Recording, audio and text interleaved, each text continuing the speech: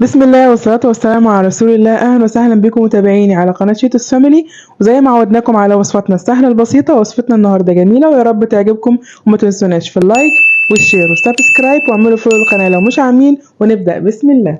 طبختنا النهاردة محشي مشكل، معانا كرنب ومعانا فلفل وكوسة وبتنجان، ومعانا من خلطة المحشي كزبرة وشبت وبقدونس ورز وطماطم وبصل وصلصة وزبدة وليا ومكعب ماجي، ومعايا توم مبشور، ومعايا فلفل حراق، ومعايا لحمة، ومعايا من البهارات ملح وكزبرة فلفل أسود وبابريكا وسماك. فاصل ونبدأ طبختنا.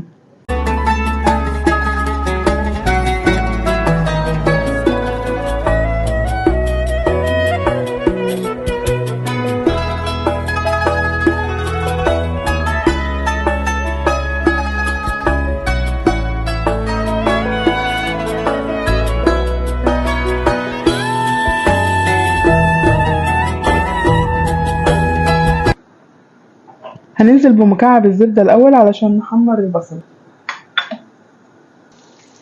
ودلوقتي هننزل بالبصل نحمره. ودلوقتي بعد البصلة ما دبلت معانا شوية هننزل باللية نشوحها معاها، وهننزل كمان بالثوم المبشور. ودلوقتي بعد البصل ما تشوح معانا مع اللية والثوم هننزل بالخضار.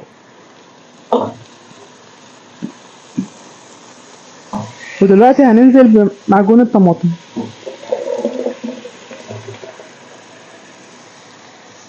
ودلوقتي هننزل بالمرقة، وهننزل وراها بالبهارات المشكلة. انا هنا حاطة رشة سماك بسيطة وده اختياري.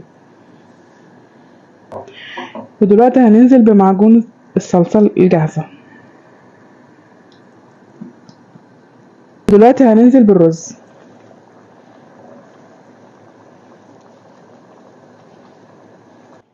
هنقلبه لحد ما تنشف ميته.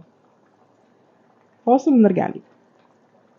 انا لكم مشاهدينا الاعزاء، بعد ما خلطتنا خلصت، انا طبعا على ما الخلطه خلصت خلصت الخضار بتاعي، البتنجان والكوسه والفلفل والكرنب جهزتهم للحشو. يلا نبدا نحشي مع بعض.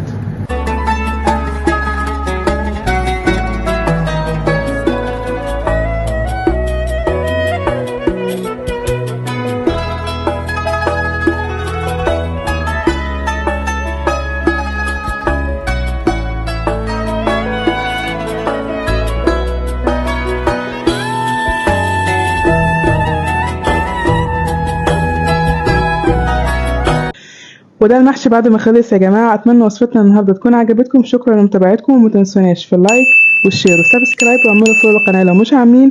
واشوفكم في حلقه جايه، وفي امان الله.